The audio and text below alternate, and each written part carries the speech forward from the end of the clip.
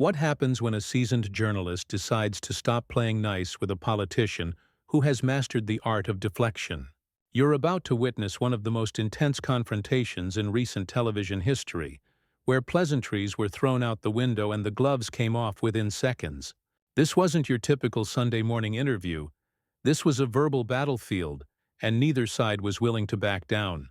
Before we dive into this explosive exchange, hit that subscribe button and drop a comment below telling me who you think won this showdown. Because trust me, you're going to have opinions by the end of this. The ABC News studio was set for what appeared to be a standard political interview. George Stephanopoulos sat across from J.D. Vance, the Ohio senator who had become one of the most controversial figures in American politics. The cameras rolled, the lights were hot, and from the very first question, it was clear this would be anything but ordinary. George leaned forward slightly, his expression neutral but his tone carrying an edge that regular viewers would recognize immediately. "Senator Vance, let's start with the obvious question that millions of Americans are asking right now. You've spent the last several weeks defending positions that even members of your own party have called, quote, detached from reality. How do you justify continuing to push narratives that have been thoroughly debunked by fact-checkers, by journalists, and frankly by basic observable evidence?" Vance didn't flinch. He'd been expecting this kind of opening, but what viewers couldn't have anticipated was just how quickly this would escalate. "George, with all due respect, I think that question reveals exactly what's wrong with mainstream media right now. You're sitting there, in your comfortable chair, with your team of producers who all think exactly like you do, and you're telling millions of Americans that what they see with their own eyes isn't real. You're telling them that their concerns don't matter because some fact-checker, who by the way is probably funded by the same billionaires who fund your network, says it's been debunked." The studio went quiet for a brief moment. George's jaw tightened, but his voice remained controlled, clinical even. "Senator, that's quite an accusation. Are you suggesting that ABC News and its journalists lack integrity? Because I want to be very clear about what you're implying here." Vance smiled, but there was no warmth in it. "I'm not implying anything, George. I'm stating it directly." "You want to talk about integrity? Let's talk about how your network covered the administration for 4 years. Let's talk about the stories you chose to bury and the stories you chose to amplify. Don't sit there and pretend you're some neutral arbiter of truth when everyone watching knows exactly where you stand politically." George's response came fast and sharp. "Senator, we're here to discuss your record and your statements, not to litigate grievances about media coverage. But since you've opened this door, let me ask you directly. 3 weeks ago, you made a claim on national television that was immediately proven false by video evidence. You didn't retract it. You didn't apologize. You doubled down. How is that not a fundamental betrayal of the public trust?" This is where Vance's demeanor shifted. He sat back in his chair, spreading his hands in a gesture that seemed almost dismissive. "George, you're doing it again. You're taking something I said, stripping away all context, having your team clip it into a 10-second soundbite, and then acting shocked when I don't accept your framing. You want to talk about betraying public trust?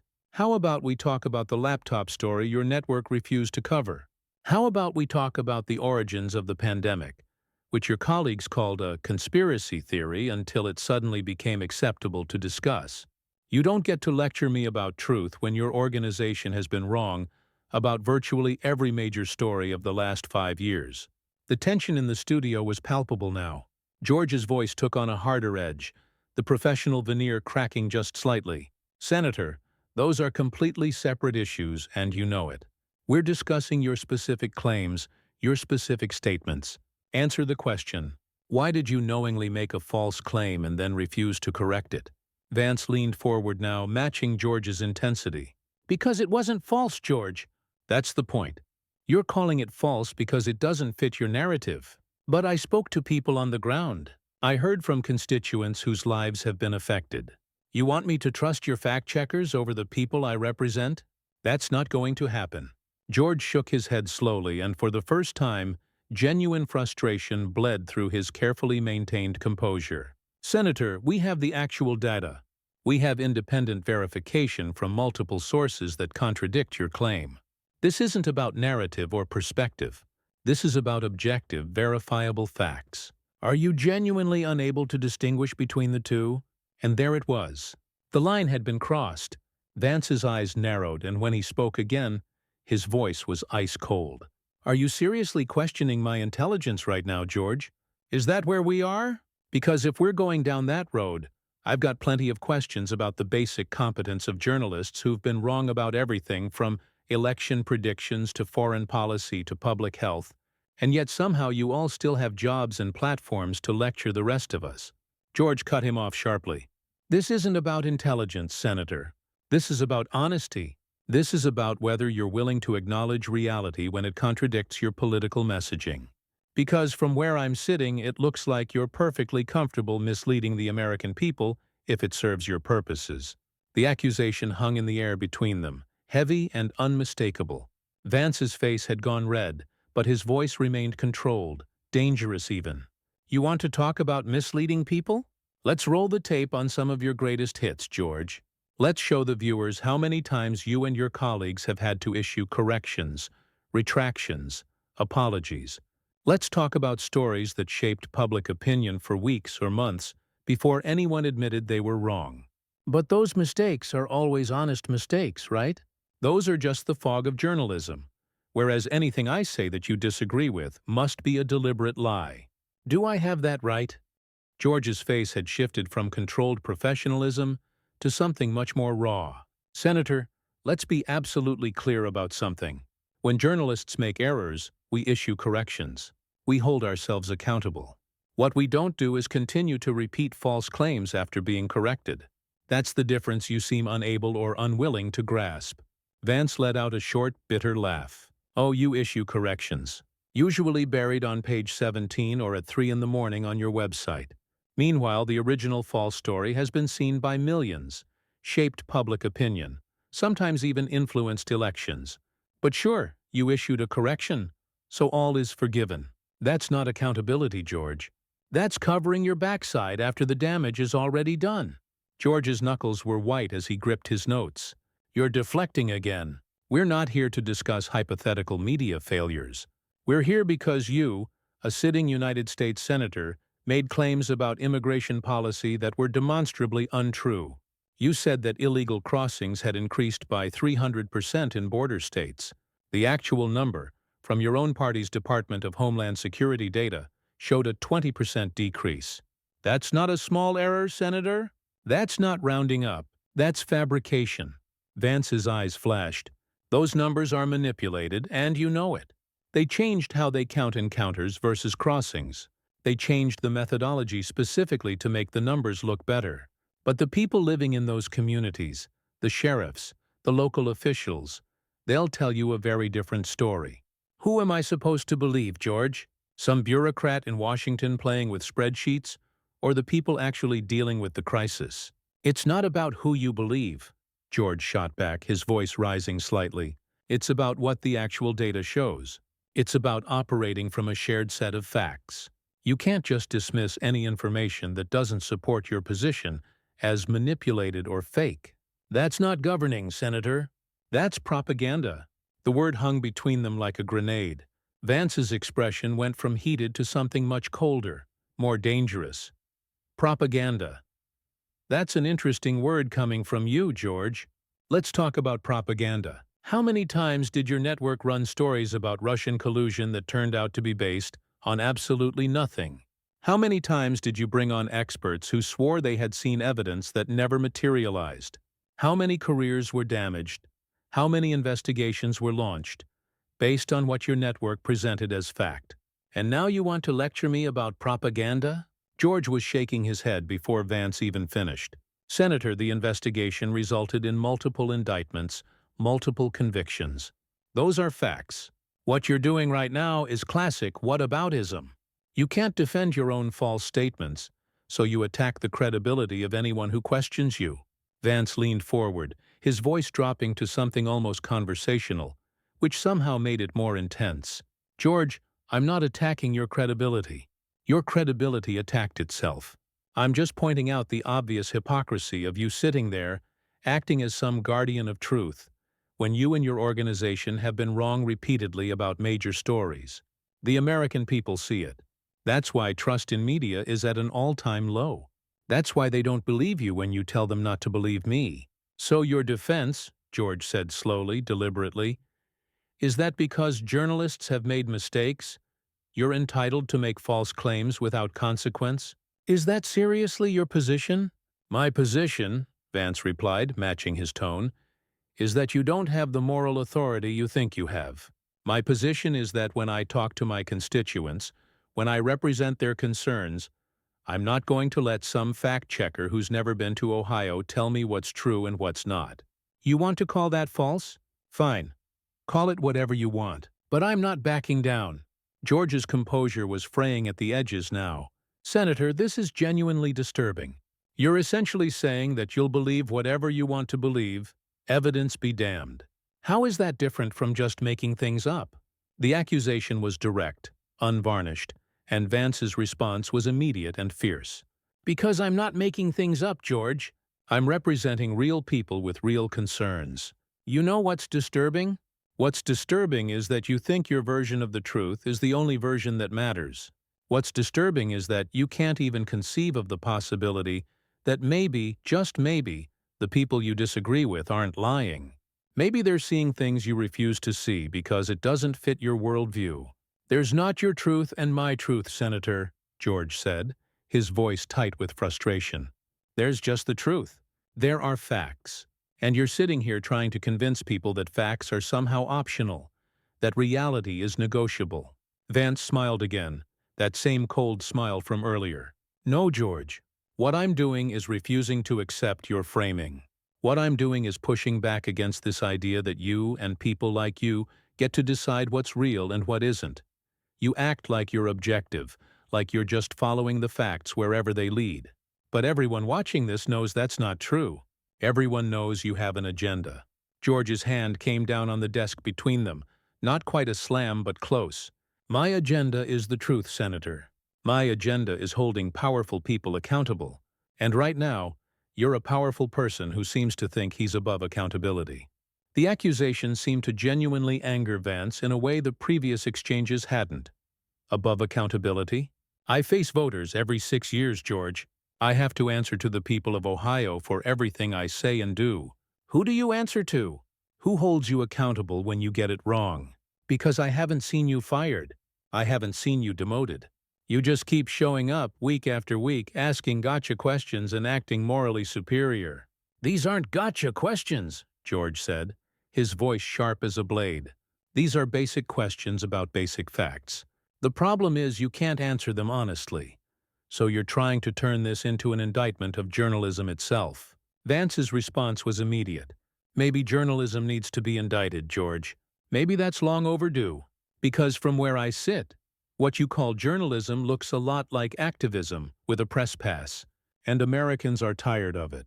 They're tired of being told what to think, how to feel, what to believe. They're tired of people like you treating them like they're too stupid to understand what's happening in their own communities. George's face had gone red now, the careful mask of objectivity completely stripped away. Senator, you're engaging in a calculated strategy here, and it's transparent to anyone paying attention. When you can't defend your statements, you attack the questioner. When you can't explain your positions, you attack the entire institution of journalism. This is textbook authoritarian playbook material. And there it was. The word authoritarian. Vance's entire demeanor changed in an instant. His voice went quiet, deadly quiet. Did you just call me authoritarian, George? Did you really just go there? George didn't back down. I said your tactics are from the authoritarian playbook. Undermining trust in media, dismissing factual information, creating alternative realities. These are well-documented strategies used by authoritarian leaders throughout history. If you don't like the comparison, perhaps you should examine your behavior. Vance's laugh was harsh, devoid of any humor whatsoever. This is incredible. This is absolutely incredible. So now I'm not just a liar, I'm an authoritarian. What's next, George? Are you going to compare me to some dictator? Go ahead, say it. You've already implied it. Just say what you really think. George's voice remained steady, but the fury beneath it was unmistakable. I think you're a United States senator who has shown a disturbing willingness to mislead the public for political gain. I think you represent a dangerous trend in American politics, where truth has become completely subjective. And yes, I think that should concern every American who values democracy. Vance stood up slightly in his chair, his body language screaming confrontation. You want to talk about democracy, George? Let's talk about it. In a democracy, the people get to decide what they believe. They get to choose who represents them. They don't need gatekeepers like you telling them what's true and what's false. That's not democracy, that's oligarchy. That's rule by the anointed few who think they know better than everyone else. The people deserve accurate information to make those decisions, George fired back. They deserve leaders who tell them the truth, not leaders who tell them what they want to hear regardless of whether it's real. You're not empowering people, Senator. You're manipulating them. The accusation of manipulation seemed to hit a nerve. Vance's voice rose for the first time. I'm manipulating them? You've spent decades in media and politics, spinning stories, shaping narratives, deciding what Americans should care about and what they should ignore. You worked for a presidential administration before becoming a journalist, but you want people to believe you're objective. And I'm the manipulator? The hypocrisy is stunning. George's eyes narrowed. My work in politics was decades ago, and I've been transparent about it. What I haven't done is sit in the United States Senate and deliberately spread misinformation about critical policy issues. What I haven't done is use my platform to divide Americans and undermine their faith in democratic institutions.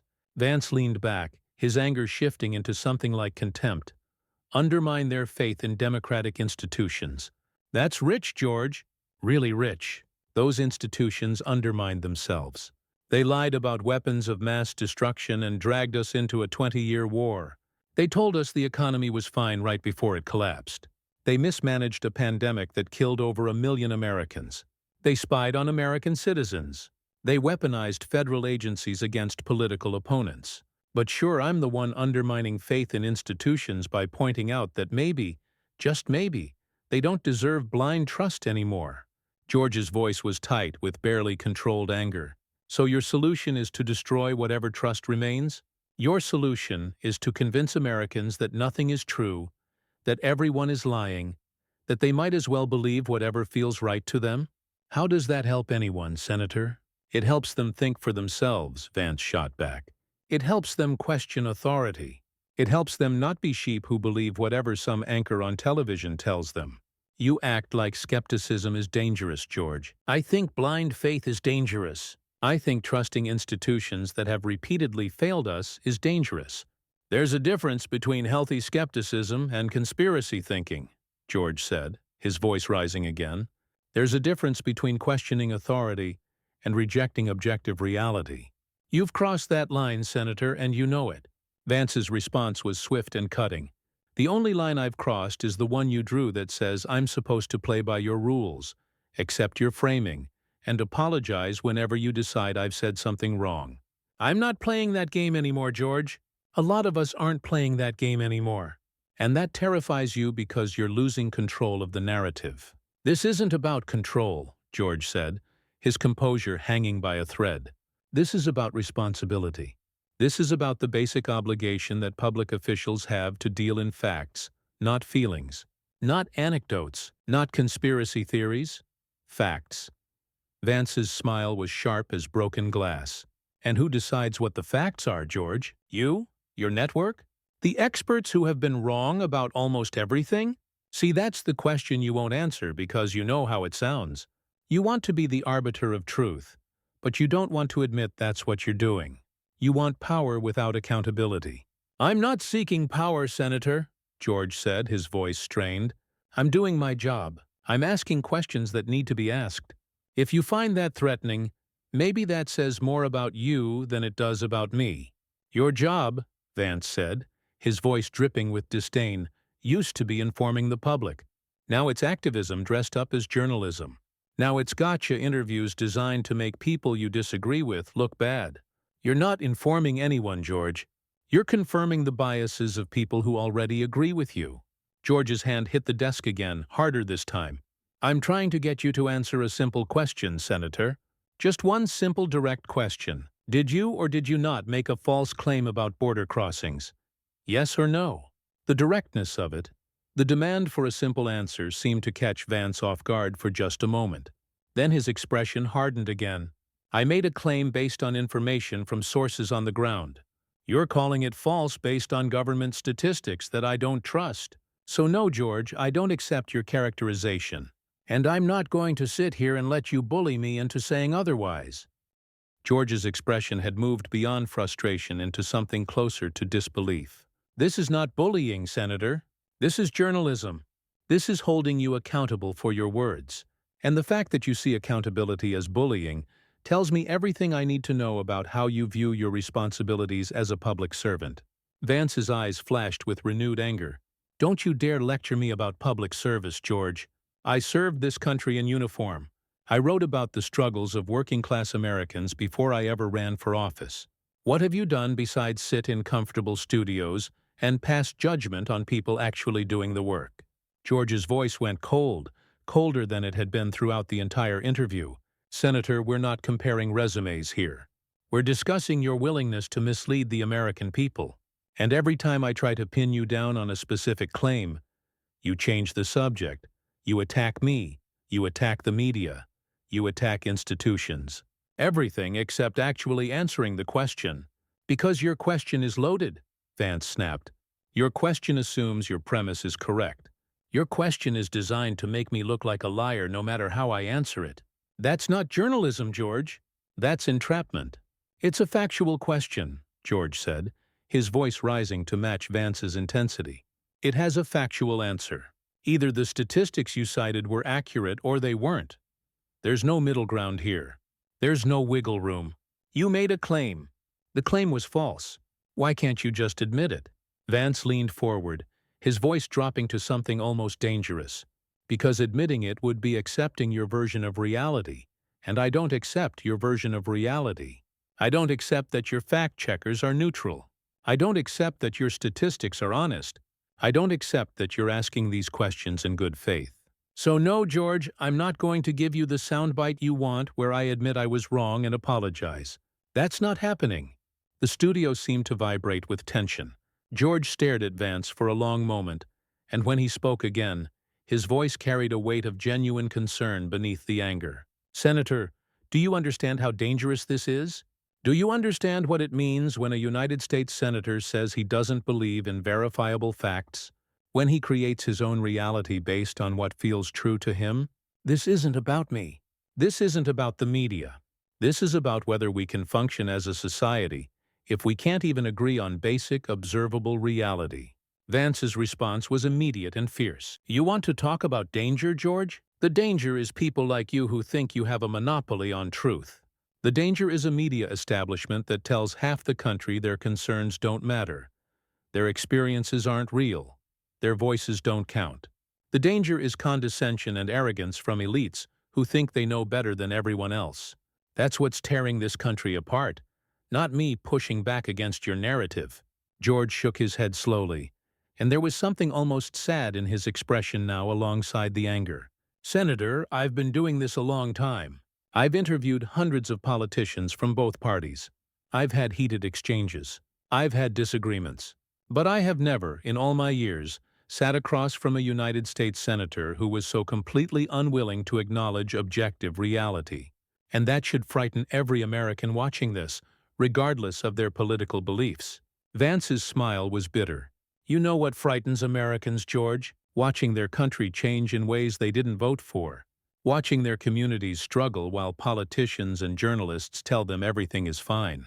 Watching their concerns be dismissed as racism or ignorance or conspiracy theories.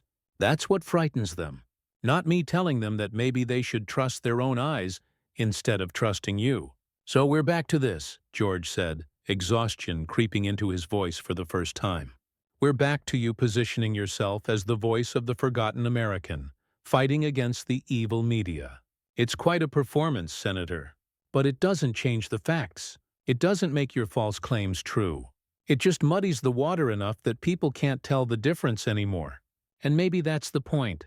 Vance stood up then, not fully, but enough to signal that he was done playing defense. "The point, George, is that I represent people who are tired of being told what to think by people like you. The point is that I'm not afraid of you or your network or your fact-checkers. The point is that there are millions of Americans who are going to watch this interview, and they're not going to see some brave journalist holding a politician accountable. They're going to see exactly what this is, a hit job designed to make me look bad, because I don't fall in line with your approved narrative." George's voice was sharp as a whip. "If telling the truth makes you look bad, Senator, that's not my fault. That's yours." The accusation hung in the air between them, final and absolute. Vance stared at George for a long moment, his expression unreadable. When he spoke again, his voice was quiet but filled with unmistakable contempt. "You really believe that, don't you?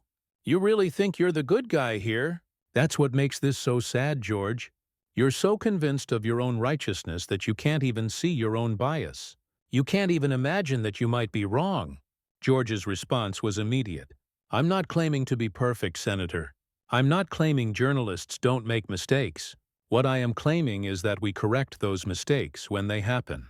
We don't double down on them. We don't attack anyone who points them out. We don't create elaborate conspiracy theories about why the facts don't support our positions. That's the difference between making an honest mistake and what you're doing." Vance's laugh was short and harsh. "An honest mistake. Is that what we're calling it now? How convenient. When you're wrong, it's an honest mistake. When I say something you disagree with, it's a lie. When you change your position, it's because new information emerged. When I do it, it's flip-flopping. The double standard would be funny if it wasn't so destructive." "There's no double standard, Senator," George said, his voice tight. "There's just accountability, which you seem allergic to." "I'm accountable to the voters of Ohio," Vance shot back. "I'm accountable to the people who elected me. I'm not accountable to you, George. And that's what really bothers you, isn't it?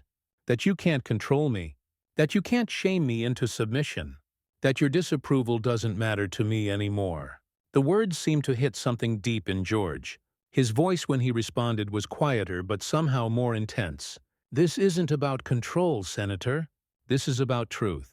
This is about whether facts matter. This is about whether we can have a functioning democracy if our leaders feel free to just make things up whenever it's politically convenient. And if you can't understand why that matters, then I honestly don't know what we're doing here." The interview was clearly coming to an end. Both men looked drained, angry, and utterly unwilling to concede any ground. Vance settled back in his chair, his expression hard. "What we're doing here, George, is showing the American people exactly why they don't trust mainstream media anymore. We're showing them why they're looking for alternative sources of information. We're showing them that the emperor has no clothes, and people like you hate being called out on it." George looked directly into the camera then, speaking past Vance to the viewers at home. "What we're showing here is something much more troubling. We're showing what happens when political figures decide the truth is optional, that facts are negotiable, that accountability is an attack. And Americans need to decide whether that's the kind of leadership they want." Vance turned to the camera as well, matching George's direct address. "What Americans are seeing is that they have a choice.